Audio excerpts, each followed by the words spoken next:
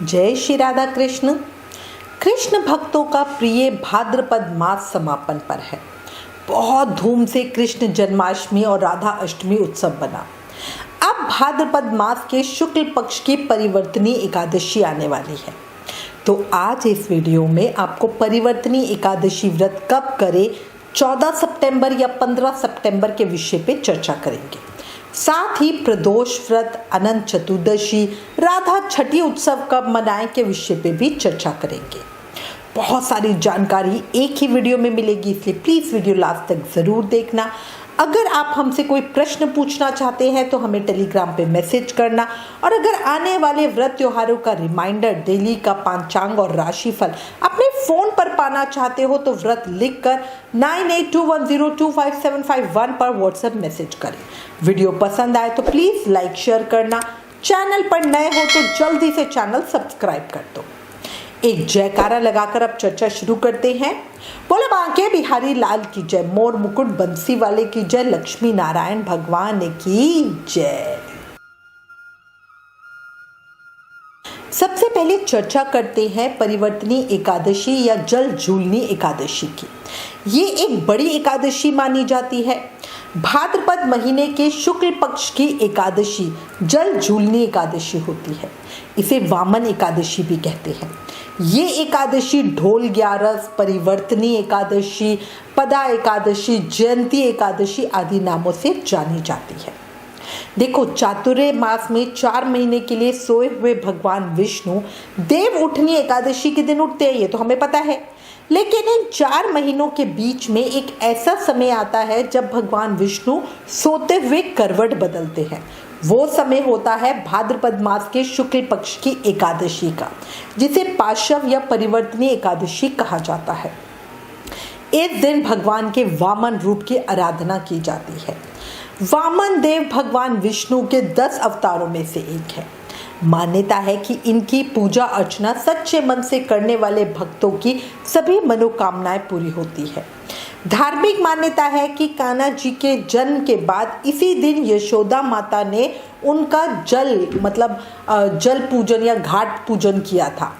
इसे ढोल ग्यारस इसीलिए कहा जाता है। ठीक है, अब हम चर्चा करते हैं इस महान फलकारी व्रत को इस साल 2024 में कब करें। तो देखो, इस साल 2024 में भाद्रपद माह के शुक्ल पक्ष की परिवर्तनी एकादशी का व्रत 14 और 15 सितंबर 2024 दोनों दिन किया जाएगा। इसकी वजह बताने से पहले आपको एकादशी तिथि का समय बता देती हूँ। भाद्रपद माह के शुक्ल पक्ष की एकादशी तिथि 13 सितंबर शुक्रवार को रात 10:30 पे शुरू होगी। इस तिथि का समापन 14 सितंबर शनिवार के दिन रात को 8:41 पर होगा। उदय तिथि के आधार पर कई जगह परिवर्तनी एकादशी का व्रत 14 सितंबर दिन शनिवार को रखा जाएगा, पर वैष्णव संप्रदाय में 15 सितंबर को एकादशी व्रत रखा जाएगा। अब मेरी ये बात सुनते ही है ना, कई लोग जल्दी से कमेंट करेंगे कि 14 सितंबर को पूरे दिन की सूर्योदय में एकादशी है, तो 15 सितंबर को सूर्योदय होने से तो पहले ही एकादशी तिथि समाप्त हो रही है। तो ऐसे में एकादशी व्रत 14 सितंबर को ही रखना चाहिए, 15 सितंबर को एकादशी व्रत क्यों रखें। तो देखो, इस बार एकादशी बहुत शुभ संयोगों के साथ है, साथ ही श्रावण नक्षत्र में है, जिसकी वजह से विजय महाद्वादशी का योग बन रहा है।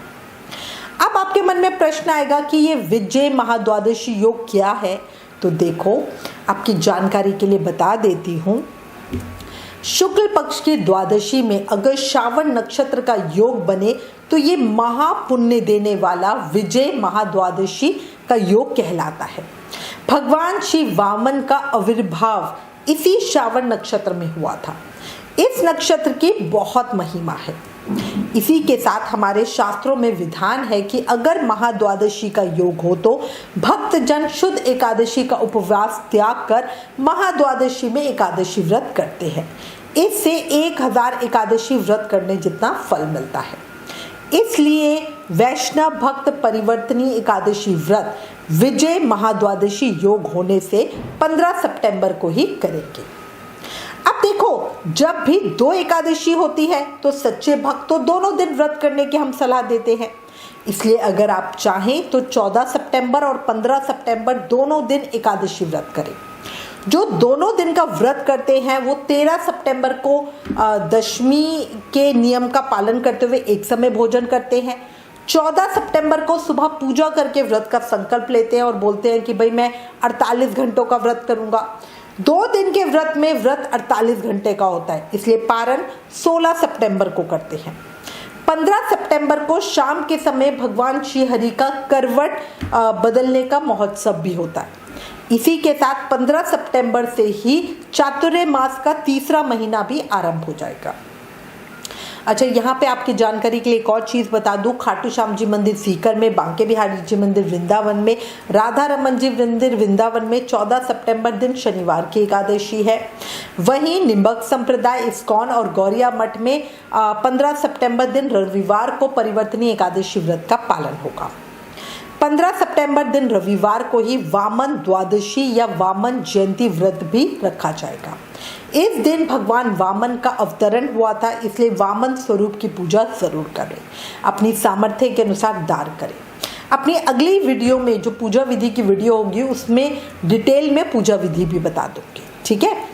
एक और बात, जो लोग 14 सितंबर को व्रत कर रहे हैं वो गलत नहीं कर रहे हैं। मतलब आप ये मत सोचना कि हम गलत व्रत कर रहे हैं। 14 सितंबर को व्रत करके आपको एक एकादशी व्रत का पुण्य तो जरूर मिलेगा, पर जो 15 सितंबर को एकादशी व्रत करेंगे उन्हें 1000 एकादशी व्रत के पुण्य के साथ भगवान श्री हरि विष्णु की और भगवान श्री कृष्ण की कृपा और प्रेम भी मिलेगा, क्योंकि शास्त्रों में भगवान श्री कृष्ण ने स्वयं कहा है कि जो महाद्वादशी में व्रत करता है उनसे मैं बहुत अधिक प्रसन्न होता हूँ।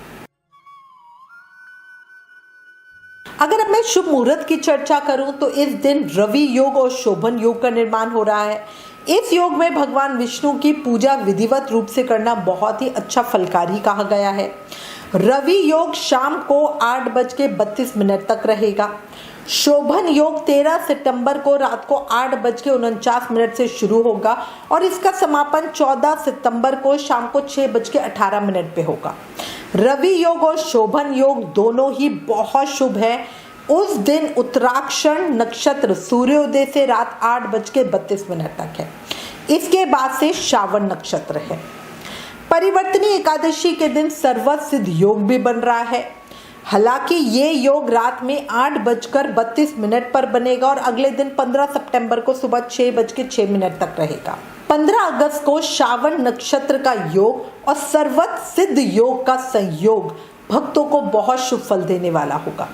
एकादशी के दिन श्री हरि विष्णु की पूजा का जो शुभ मुहूर्त है वो सुबह 7:38 से सुबह 9:11 तक रहेगा। राहु काल का जो मुहूर्त है वो सुबह 9:11 AM से 10:44 AM तक होगा। अच्छा, जो विजय मुहूर्त है वो दोपहर में 2:20 से 3:39 तक रहेगा। इसके साथ ही गौधूली मुहूर्त शाम को 6:27 से 6:50 तक रहेगा। निशिता मुहूर्त रात को 11:53 से 12:40 तक रहेगा। अब आपको व्रत का पारण समय बताती हूँ। जो लोग शनिवार 14 सितंबर को व्रत करेंगे वो अपने व्रत का पारण 15 सितंबर रविवार सुबह 6:06 AM से 8:34 AM के बीच करेंगे। पारण तिथि के दिन यानी 15 सितंबर को द्वादशी समाप्त होने का जो समय है वो शाम को 6:12 PM है। इसके बाद त्रयोदशी लग जाएगी। जो लोग 15 सितंबर 2024 दिन रविवार को व्रत करेंगे वो अपने व्रत का पारण अगले दिन 16 सितंबर को सुबह सूर्योदय के बाद कर लेंगे। व्रत का पारण कैसे करते हैं उस वीडियो का लिंक मैंने नीचे डिस्क्रिप्शन में दिया है, आप वो देख सकते हैं। जो लोग 14 और 15 दोनों दिन व्रत करेंगे वो अपने व्रत का पारण 16 सितंबर को सूर्योदय के बाद ही करें। 15 सितंबर 2024 दिन रविवार को रवि प्रदोष व्रत रखा जाएगा, क्योंकि 15 सितंबर को शाम को 6:12 PM से त्रयोदशी तिथि लग जाएगी और प्रदोष व्रत में प्रदोष काल की पूजा यानी शाम की पूजा का विशेष महत्व होता है। प्रदोष काल की पूजा का जो शुभ मुहूर्त समय है वो 6:26 PM से 8:46 PM के बीच का है। ये समय अवधि 2 घंटे 20 मिनट की है। 17 सितंबर 2024 दिन मंगलवार को चतुर्दशी है। इस दिन राधा रानी का छठी उत्सव अनंत चतुर्दशी और गणेश जी का विसर्जन होगा। अनंत चतुर्दशी पे पूजा और कथा की वीडियो जल्दी भेजेंगे। भाद्रपद मास की पूर्णिमा तिथि कब है, क्या शुभ संयोग बन रहे हैं और श्राद्ध के क्या रहेंगे, इसकी वीडियो आपको बहुत जल्दी मिल जाएगी। इसी के साथ मैं उम्मीद करती हूँ इस वीडियो में दी गई जानकारी आपके लिए उपयोगी होगी। इससे रिलेटेड अगर आपके पास कोई भी कमेंट्स या सजेशन है तो प्लीज़ हमें लिखें। ज्ञान बांटने से बढ़ता है, इसलिए इस वीडियो को ज़्यादा से ज़्यादा शेयर करें। आप हमें फेसबुक और इंस्टाग्राम पे भी ज़रूर फॉलो करें। Please like, share and subscribe. Thank you. जय श्री राधा कृष्ण।